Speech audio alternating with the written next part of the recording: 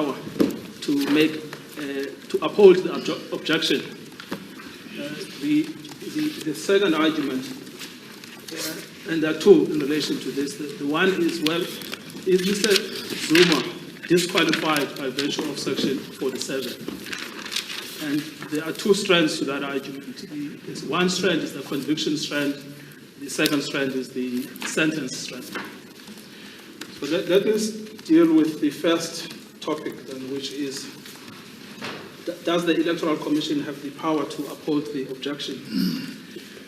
We say that the Electoral Commission has the power directly drawn from the Electoral Act, and the power directly drawn from the Constitution to make a determination as to the objection and to apply Section 47 as part and parcel of the determination as to that objection. To start then with the statute, your lordships and your ladyships and the learned professors would have the statutes bundle, and the first is the Electoral Act. And we ask that you start off with Section 27, which is at page 16.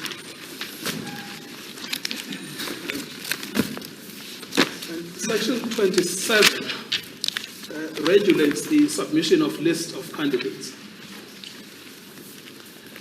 And what it says in Section 27, subsection 2, subsection B, is that the list or lists must be accompanied by a prescribed, and that's prescribed in the regulation, I'll come back to it in a minute, by a prescribed declaration signed by the duly authorized representative of the party that each candidate on the list is qualified to stand for election in terms of the Constitution or national or provincial legislation under Chapter 7 of the Constitution, and has signed the prescribed acceptance of nomination.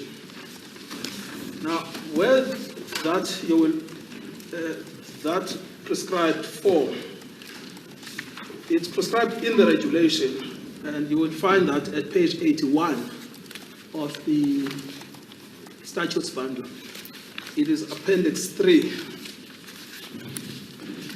And if you turn over the page to page 82, you will see that when a form is submitted with a list of candidates under Section 27, subsection 2B, it must be submitted together with that declaration. And if you look at item 2 of that declaration, I declare that I have confirmed that each candidate on the list is qualified to stand for election in terms of Section 47 and or Section 106 of the Constitution of South Africa, or national or provincial legislation, or any applicable legislation. So the statute, together with the regulations, directly import Section 47 into the frame of the statute.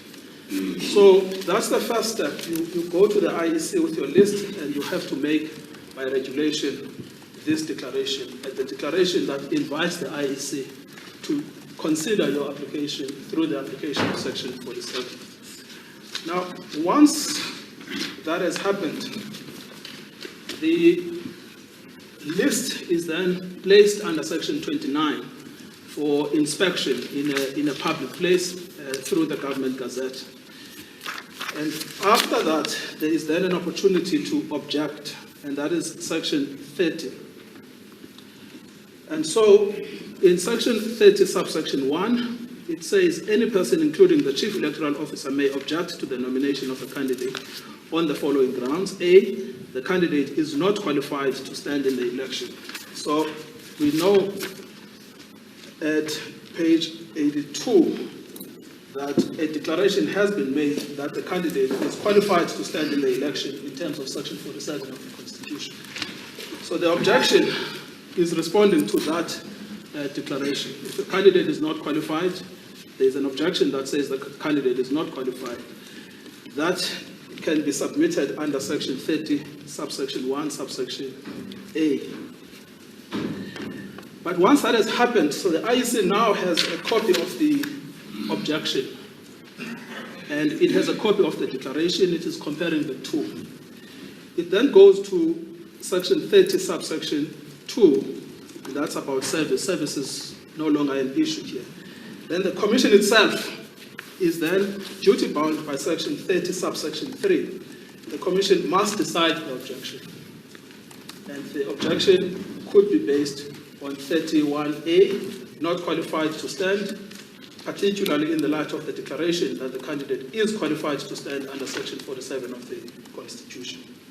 So under section 30, subsection 3, it says the commission must decide the objection and must notify the objector and the registered party that nominated the candidate of the decision in the prescribed manner by not later than the relevant date stated in the election timetable. So here we find that it's clear that under section 27, section 30, and the regulations, the Electoral Commission has the power to decide the objection based on section 47 of the Constitution.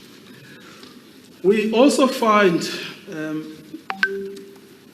a source of this power in section 47, subsection 2 now of the Constitution. Now, if you go to that section, firstly, subsection 1 deals with the excluded categories. And then subsection 2 says a person who is not eligible to be a member of the National Assembly in terms of subsection 1A or B may be a candidate for the Assembly subject to any limits or conditions established by national legislation.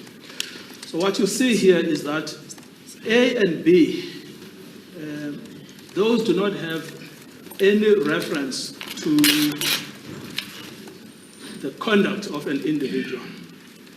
It's simply a membership of a body, whether you are National Council of Provinces or whether or not you had been performing another job.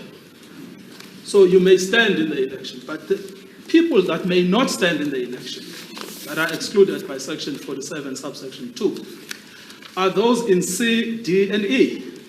An unrehabilitated insolvent, a person declared to be of an unsound mind, and a person who has been convicted of an offense and sentenced to more than 12 months.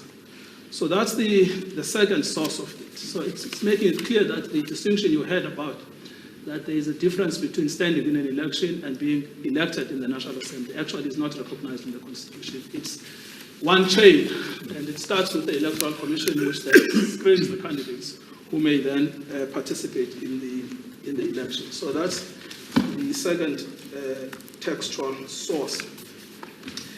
Then we also make a purposive argument.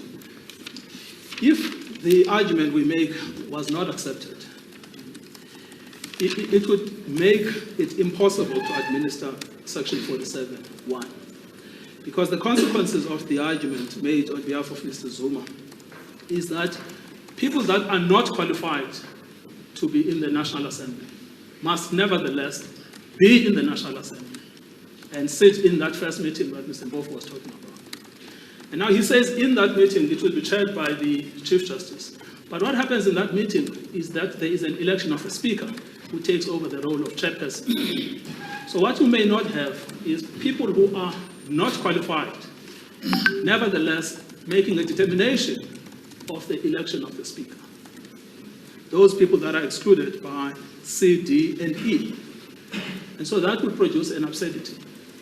It's not helpful to say under Rule 13, the meeting is chaired by the Chief Justice, because that meeting has a specific purpose. It is to elect the Speaker and the President. Well, it's the Speaker, the Deputy Speaker, and the President. But it is a meeting of those persons who qualify to be members of the National Assembly.